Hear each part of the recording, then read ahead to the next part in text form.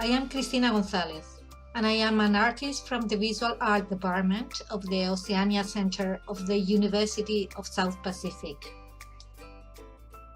I have participated in 2014 and 2015 into the research project in Benga Island to see if art is a proper tool to raise awareness on climate change. And we work with two different communities, two different schools. The objective was to use creative and experimental art practices with these children as a route to capacity building in remote communities. And here I will share with you my personal journey and some findings of my work there.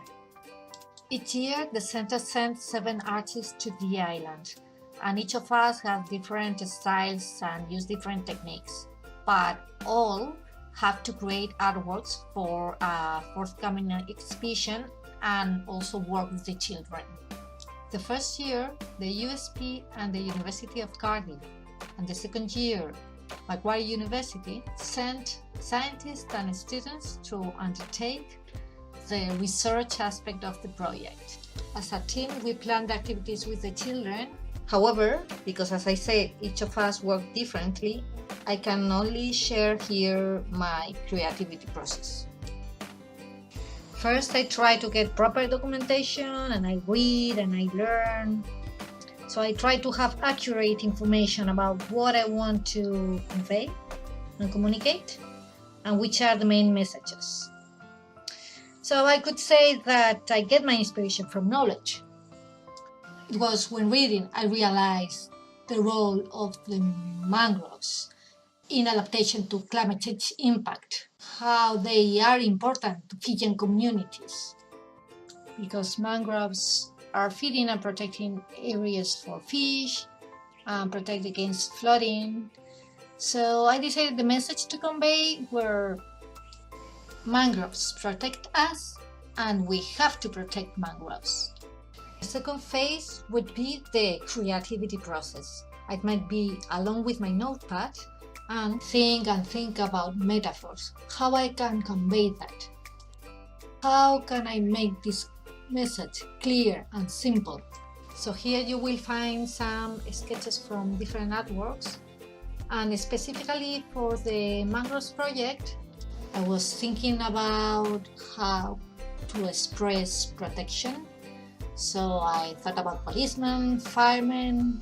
Finally, I decided to use the metaphor of a rugby player because rugby players protect the ball. People in Fiji are really keen on rugby because they are very good at. So I think it was good because they will be related to the theme. So I changed the ball for a mangrove, so the player is protecting the mangrove. I wish the village understand that they have to protect the mangroves which are at the shores. The challenge going to Benga is that we have 2 main constraints.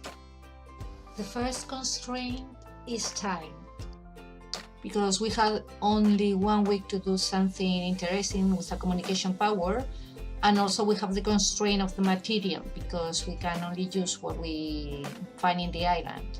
So of course we used branches and leaves and corals and shells, but also rubbish, which in fact was very good. Because it doesn't work always as good as here. If you want to get public awareness on gender equality, it does not match. But in this case, recycling goes perfectly with environmental concerns.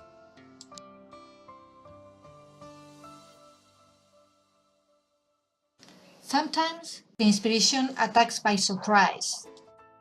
It happened to me that I suddenly found 2 beautiful pieces of coral on the beach, which immediately recalled me a brain. A brain is what we use when we think. So it's time to think that we have to protect coral reef. The last step is creating. It's putting in practice the idea. Is using our own skills, I create something new.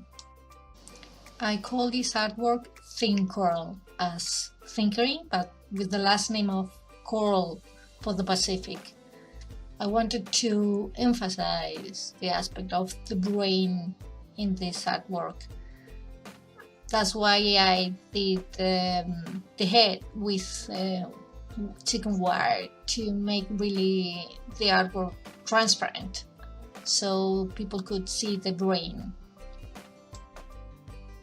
The second part of my exposition is the lesson learned, and why I think art finally is a proper communication tool to convey climate change. Firstly is its capacity to simplify complex scientific ideas, because it makes the information both more interesting and easier to remember. To depict that mangroves protect Fijian communities, I put a bure on the leaves of a mangrove. Those leaves are made by recycled tin, pieces of tin, and the mangrove's roots are coral. Another important aspect is that art can impact on your brain and your heart at the same time, so it can stimulate a lasting emotional response. And it is known that we learn better through emotions. And that's what I wanted when I did these two artworks. It's somehow weird to see a baby on a exposed root of a mangrove, but in fact a mother will never leave her baby, if it is not safe. I wanted to express that mangroves protect us, but at the same time provoke an emotion. Same here, this piece is called The Last Drop, and I wanted to show the anguish of someone who is thirsty because there is no fresh water. The face is made by coral, and I think that it makes this feeling of dryness. Other important point to highlight is that the attitude of the audience is completely different comparing art with other communication channels, for instance, television. When the people go to an art gallery, they are really open to absorb. They want to read, they want to learn, they want to understand what they are looking at. I love when we are at the art gallery and we can explain to the people our artworks, but we cannot be always there. So I try to take profit and write down some briefings or some notes, and I put close to my artwork, and the people could read it, so they can also learn something about climate change by their own. Art is an universal language, so you can take an artwork from the Pacific and you put it in Spain, and the people will understand what you wanted to express. I think everyone will see that this wave is going to destroy the small house which is inside, and someone is in danger. Because you know that right now, here at the Pacific, there are some villages which are migrating because the sea level rise, and we can easily figure out the fear those families are experiencing. Sometimes I'm surprised when the people say what they see in my artwork. I remember that a lady told me, I understand why you put the mangrove close to the heart of the rugby player. And in fact, I haven't done for this reason. So it shows that art has as many meanings as viewers. Another important point is that art has a very big educational power.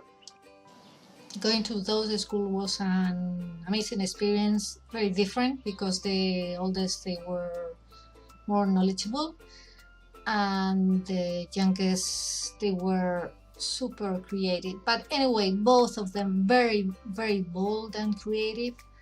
And I realized something new for me was to learn that children love to work with their hands in 3D objects. So they prefer working in a sculpture than in a painting.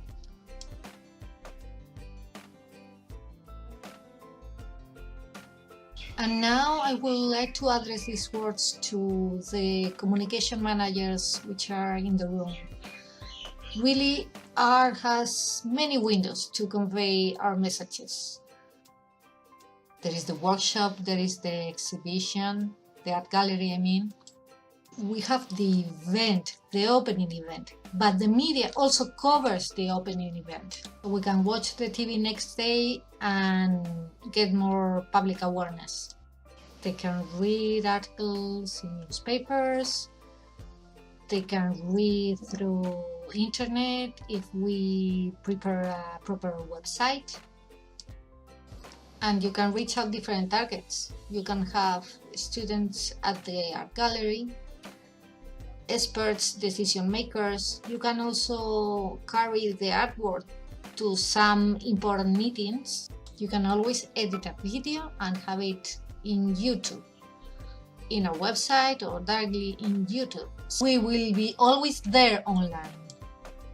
To summarize, I explained to you my creativity process when creating a piece of artwork with communication purposes, and the value of using art in public awareness. I will finalize the presentation with this thought, which is not mine, that I create with my heart, but I build with my mind. And thank you for your attention.